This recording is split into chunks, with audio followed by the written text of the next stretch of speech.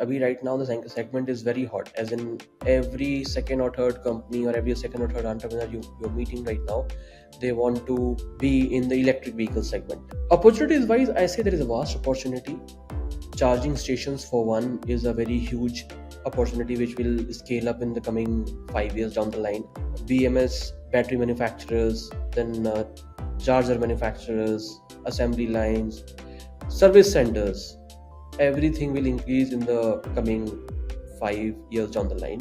𝐶𝐸 also agrees with this report. 𝐶𝐸's report says that by 2028, only the MSME sector of EV will provide approximately 1 million jobs to the youth of the country.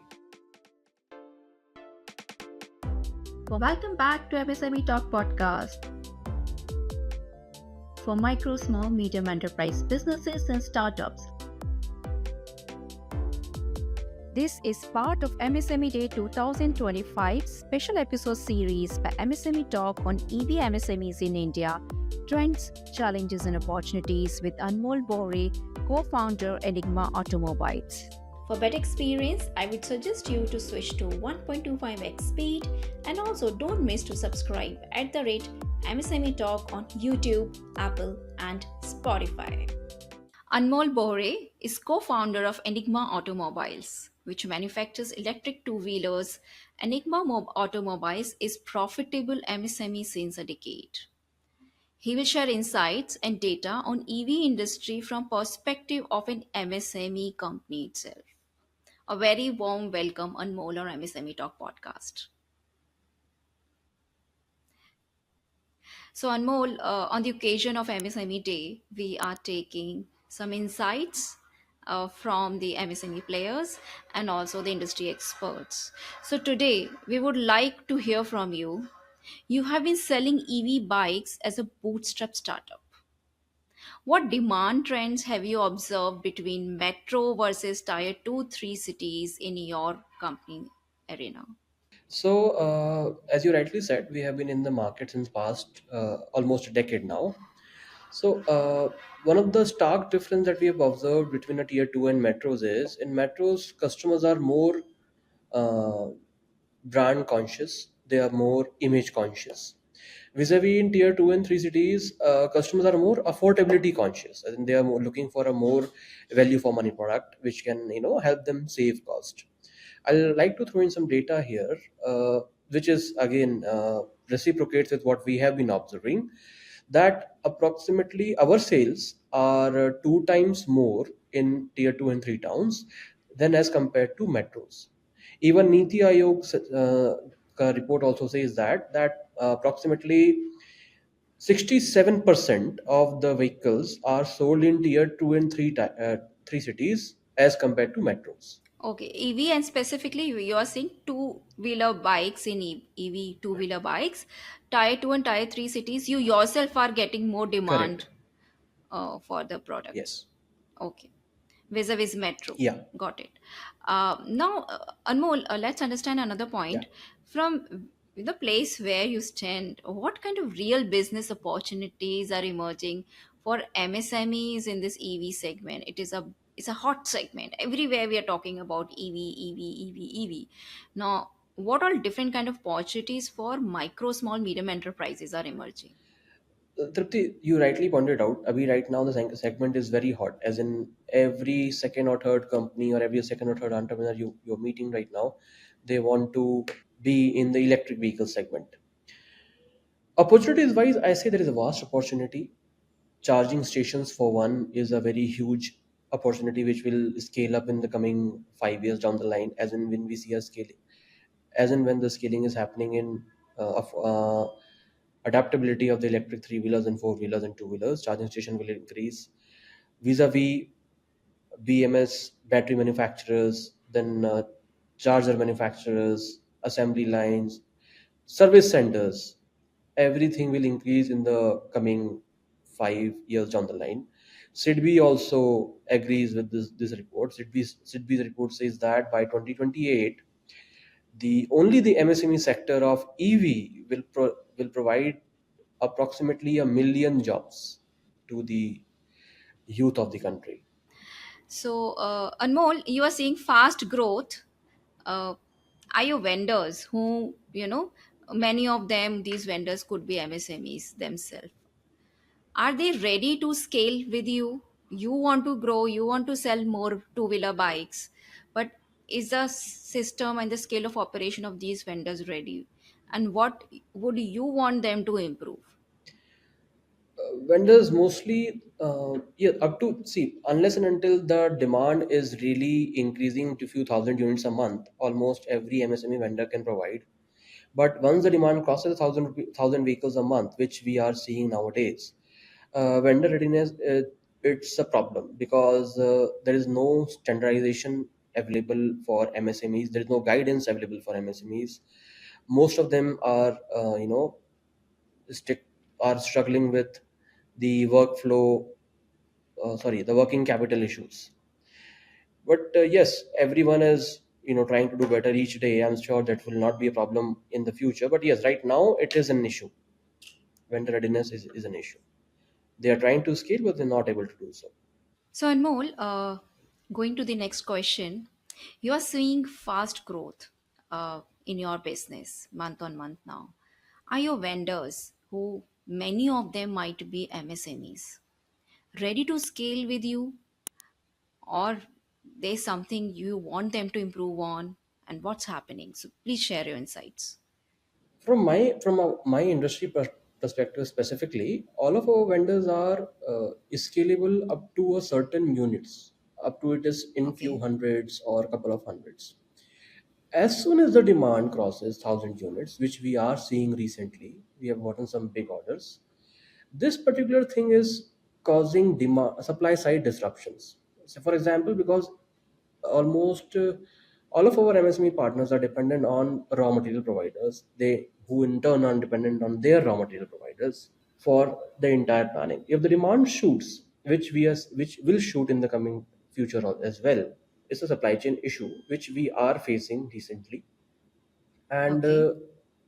I think it will be something to cater to in the coming future if we Mm-hmm. want the business to go smoothly over the line.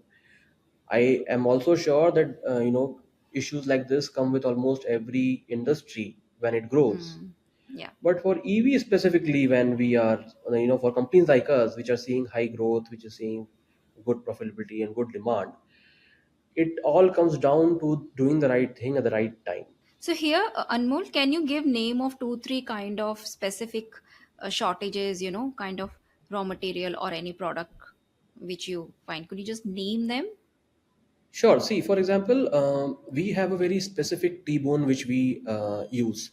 The T-bone comes from a company in Meerut. But for Okay. that company to manufacture the T-bone, they need uh, MS for casting. The T-bone is made of because of casting. So for casting to go through, it requires a certain time period, certain cooling period. So that is one issue that we are facing right now. Our vendors are not able to Vendors scale. are not ready to scale up. Yes. Number two is rear suspension, the coil spring suspension. Number three is even our IoT providers. IoT is Okay. basically a plug-in device which Yes. captures the location and the other small nitty-gritties of the vehicle, which we use to solve problem before they happen. So these are the few Got things which disruptions we face on a regular basis. got it. Okay. Wonderful. Maybe when related to IoT, you very soon you will hear something from MSME Talk. Oh, great. Okay. So, so now let's go to the next point, which we want to understand. Has any government policy or incentive really helped your company or other small EV players like you? And if not, then what is your suggestion? So, government policies may, I'll be very honest, CGT SME helped us in our working flow requirements. But again, Okay. it is not as hunky dory as advertised. Banks are reluctant to give even 1.5 crores or two and a half crores to the company in need, unless and until you pledge something. So, for example, right now the limit that we are enjoying is under CGT Hmm. SME, but bank has taken a collateral against that. But yes, I will not shy away from saying that we have benefited from the scheme immensely. We are enjoying good limit. Other than that, I would also like to bring your note to your notice and through your channel to bring to the notice of the policymakers that Enigma Automobiles is a DPIIT registered startup, registered in Startup India, has gotten the income tax exemption as well. But when we applied for the income tax exemption, I do not know, the paper got lost in the process or got lost in the table. We are still paying hefty income taxes on all the income that we are incurring. As you said, we are Mm-hmm. profitable startup from day one. So we have paid taxes, income taxes from day one. The thing that I would like to change is that the policy makers should work closely with the industries on the base level so that they are aware of the benefits that are reaching to them or not. The policymakers Okay. have the right intent, the industry wants to Right. grow, but it is in between the process that takes long, and Mm-hmm. the value of the chain get lost. Right. So there's a processes need to be absolutely. I agree, and I hope policymakers and implementers understand. So basically, the gap is in the implementation more rather than the real Correct. policy. Policy exists for Very the true. implementation and the benefits pass on. Very Very true. valid, and I understand many of the businesses faces this issue. Anmol, tell me, in Yeah. your experience, where are the biggest gaps or challenges for MSMEs when they're trying to enter or grow in the EV space? Definitely. So, challenges are many. So, for example, I'll point out. So, for any vehicle which is going on road, which we are selling, be it a Uh-huh. low speed or a high speed vehicle, you need certification. Certification comes from prima facie few nodal government agencies. One is in Manesar, one is in Pune, one is in Indore, one is in Chennai. And all of those nodal agencies, there is a time period for which the vehicle needs to be approved. And that is same for every company, be it BMW, be it Volvo, or be it Enigma Automobiles. So I do not know how feasible it is or not, but governments should basically see that if there is an MSME or a startup involved, this process or timelines to approve the vehicle should take into consideration their working capital and their status in the food chain of the industries. Hmm. I am Hmm. not. So for example, if Enigma Automobile is asked to pay a certain fees, that Right. fees will come straight from the working capital. Vis-a-vis, Right. say for example, a stable company is asked to pay a certain fees that they or a legacy company is asked to pay a certain fees, very easily they can pay. It will not affect anywhere on the working capital. It may take Hmm. 6 months or 7 months. Then there is a very large gap of technical know-how. People still think that this electric vehicles are very easy to make, does not have that much of power, or cannot wade through water and issues like this.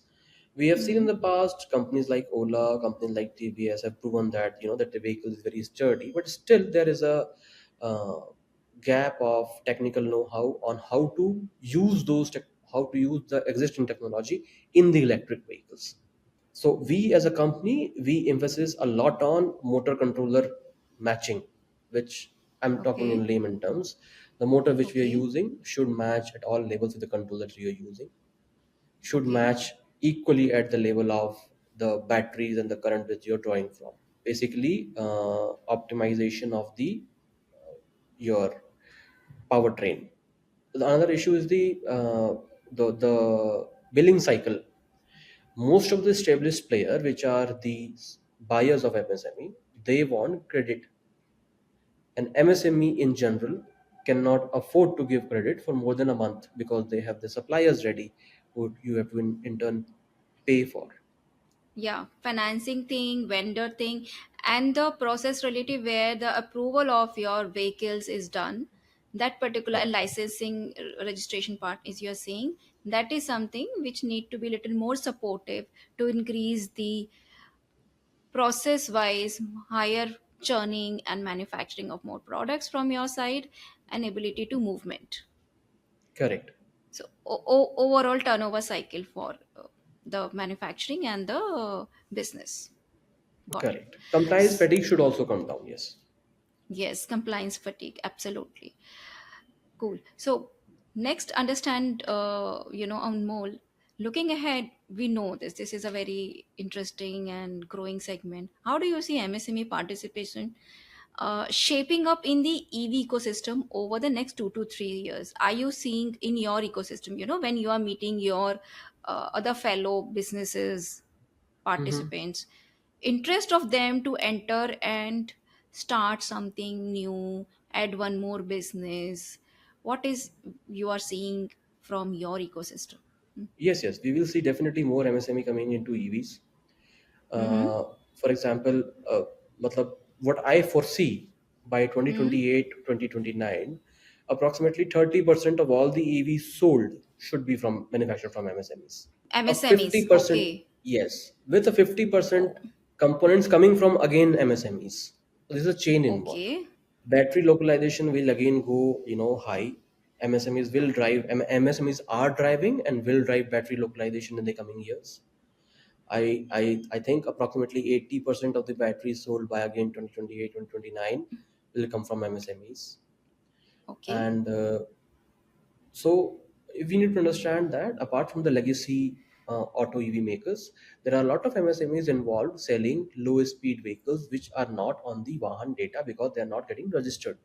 But Okay. EV as a segment has always been led by MSMEs, and or in other words, MSMEs were the flag bearers of EV adoption in the country, and this will continue to do so because we are really able to understand, learn, and then change our approach as per to Hmm. the demand of the market. Because we are smaller, that's why we are agile. That Yeah, is why we are able to exactly. punish our customer more.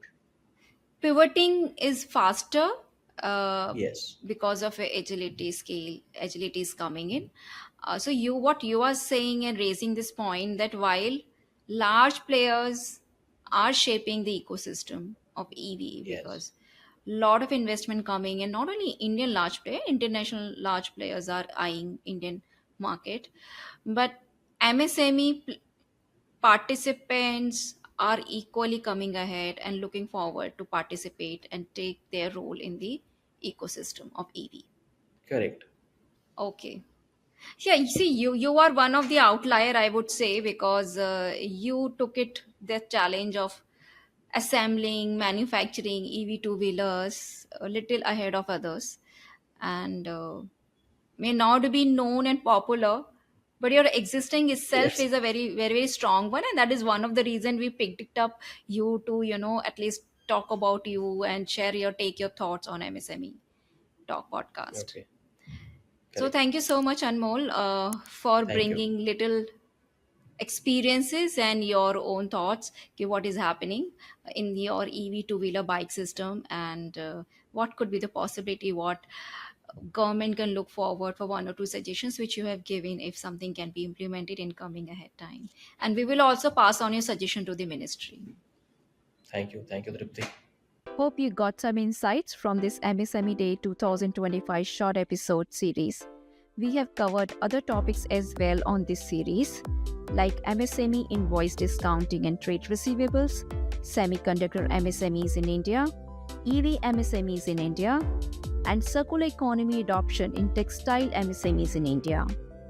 Do dive into these short episode series for interesting insights and updates. Like always, do send your feedback and suggestions on connect@msmetalk.com.